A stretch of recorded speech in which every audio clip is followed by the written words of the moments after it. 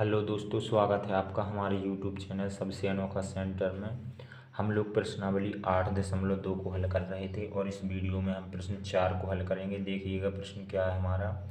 A B C D एक समलंब है जिसमें ए बी समांतर डी सी है, साथ ही बी डी एक विकर्ण है और ई भुजा ए डी का मध्य बिंदु है। ई से होकर एक रेखा ए बी के समांतर खींची गई है जो BC को F पर प्रतिच्छेद करती है। दर्शाइए कि F भुजा BC का मध्य बिंदु है। प्रश्न क्या कह रहा है? प्रश्न कह रहा है कि जो हमारे पास में ABCD चतुर्भुज है, यह एक समलंब चतुर्भुज है और जो हमारी AB भुजा है वो हमारी CD के समांतर है, यानी ये दोनों भुजाएं समांतर हैं।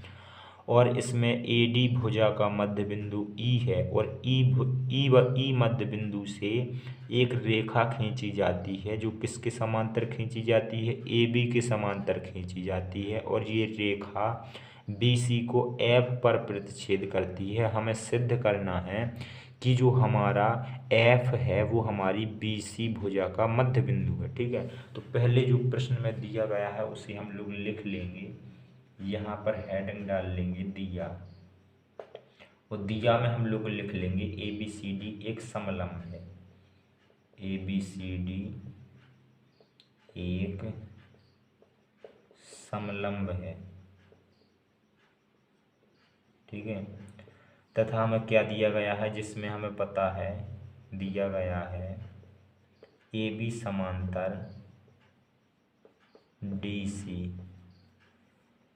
तथा और क्या दिया गया है, और हमें बोला गया है कि जो बिंदु E है वह AD का मध्य बिंदु है, यानी कि जो ये AD भुजा है इसका मध्य बिंदु क्या है? E है। तो यहाँ पर हम लोग लिखेंगे E भुजा AD का मध्य बिंदु है। AD का मध्य बिंदु है, मध्य बिंदु है। और जो हमारी EF है वह AB के समांतर है, चूंकि यहाँ पर कहा जा रहा है E से होकर एक रेखा AB के समांतर खींची जाती है। तो जो ये रेखा खींची जाती है EF, ये AB के समांतर होगी, तो यहाँ पर लिख देंगे जो हमारा EF होगा वो हमारा समांतर होगा AB के, इस प्रकार से। ठीक है, अब जो हमें सिद्ध करना है उसे भी लिख लेते हैं। यहाँ पर हेडिंग डाल लेते हैं सिद्ध करना। सिद्ध करना, उस सिद्ध करना में हम लोग लिख लेंगे, क्या लिखेंगे? हमें क्या सिद्ध करना है? हमें सिद्ध करना है FBC का मध्य बिंदु है। तो हम लोग लिख लेंगे यहाँ पर F भुजा BC का मध्य बिंदु है, मध्य बिंदु है, ऐसा हमें सिद्ध करना है। ठीक है, तो यहाँ से हम लोग सिद्ध करना स्टार्ट करते हैं। यहाँ पर हेडिंग डाल लेते हैं उपपत्ति। ठीक है, अब देखिएगा, अब इस आकृति में हमें दो त्रिभुज दिख रहे हैं मुख्य रूप से, ABD और CDB। ठीक है, इन दोनों त्रिभुजों को हम लेंगे। ठीक है, देखिएगा, पहले हम एक एक त्रिभुजों को लेंगे। पहले हम लेंगे ABD, तो यहाँ पर हम लोग लिखेंगे त्रिभुज ABD में, और जो ये हमारा विकर्ण और ये रेखा जहाँ प्रतिच्छेद कर रही है इसे कुछ बिंदु मान लेते हैं, मान के चलते हैं ये G बिंदु है। ठीक है, इसे G मान लिया। तो हम लोग लिखेंगे त्रिभुज ABD में। ठीक है, त्रिभुज ABD में हमें क्या पता है? हमें पता है कि जो ये AD भुजा है हमारी, इसका मध्य बिंदु E है। चूंकि यहाँ पर भी हमने लिखा हुआ है, ये हमें दिया गया है E भुजा AD का मध्य बिंदु है, तो यहाँ पर हम लिख सकते हैं इस त्रिभुज में AD का मध्य बिंदु E है, E है।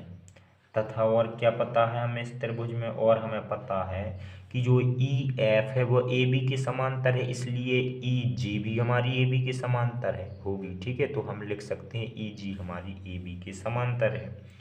तो EG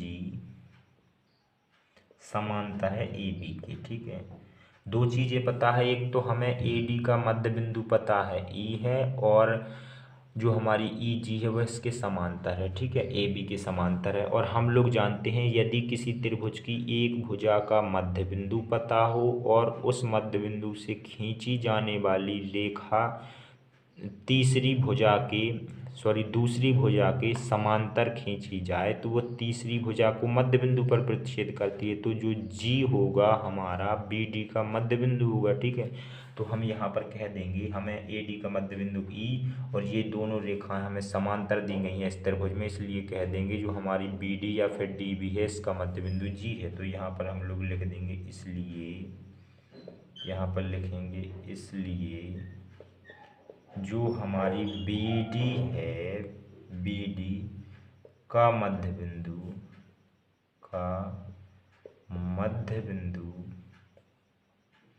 जी है, ठीक है। अब देखिएगा हमने क्या पता किया कि जो हमारा बी डी है इसका मध्य बिंदु जी है, हमें सिद्ध क्या करना है, बी सी का मध्य बिंदु एफ है। तो देखिएगा अब हम लोग ये वाला त्रिभुज ले लेंगे सी डी बी। तो अब हम लोग लिखेंगे त्रिभुज सी डी बी में, इस त्रिभुज का नाम किसी भी प्रकार से दे सकते हैं, इसमें कोई दिक्कत वाली बात नहीं है, ठीक है। तो अब इस त्रिभुज में हम क्या देखते हैं, सी डी बी में हमें पता है कि इस बी डी भुजा का मध्य बिंदु क्या है, जी। अभी हमने सिद्ध किया है, ठीक है, बी डी भुजा का मध्य बिंदु क्या है, जी। और देखिएगा पहले हम यही लिख लेते हैं, हम लोग लिख लेंगे बी डी का मध्य बिंदु, बी डी का मध्य बिंदु जी है तथा और क्या पता है हमें, तथा देखिएगा ये हमारी सी डी और ए बी समांतर हैं। यहाँ पर देखिएगा हमें दिया गया है जो हमारी ए बी और सी डी समांतर है डी सी। तो यहाँ पर लिख लेंगे ए बी समांतर डी सी तथा और हमें क्या दिया गया है, और हमें दिया गया है ई एफ समांतर ए बी, ई एफ समांतर ए बी, ई एफ समांतर ए बी। ये दोनों चीज़ें देखिएगा हमें यहाँ पर दी गई हैं, ये समांतर हैं और ये भी हमारी समांतर है। अब देखिएगा जो हमारी ए बी है इसके भी समांतर है और ए बी इसके भी समांतर है, तो इससे हम निष्कर्ष निकाल सकते हैं ये दोनों भी हमारी समांतर होंगी, ठीक है।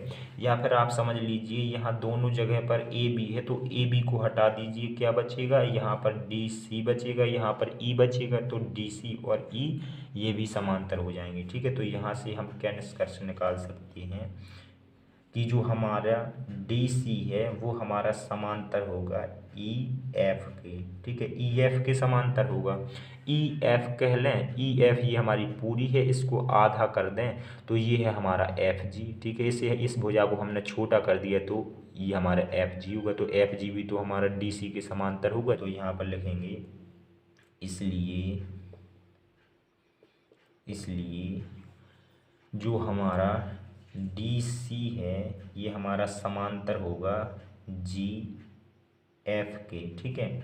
अब देखिएगा हमने सी डी बी त्रिभुज में क्या किया, हमें इसमें बी डी भुजा का मध्य बिंदु जी पता है और इसके समांतर हमें जी एफ पता है, यानी ये दोनों समांतर हैं और इसका मध्य बिंदु जी है। तो हम लोग जानते हैं यदि त्रिभुज का एक मध्य बिंदु से एक रेखा खींची जाए दूसरी भुजा के समांतर तो वो तीसरी भुजा को मध्य बिंदु पर प्रतिच्छेद करती है, इसलिए हम लिख सकते हैं अतः लिख सकते हैं जो बी सी का मध्य बिंदु होगा वो क्या होगा, एफ होगा। तो यहाँ पर लिख सकते हैं अतः बी सी का मध्य बिंदु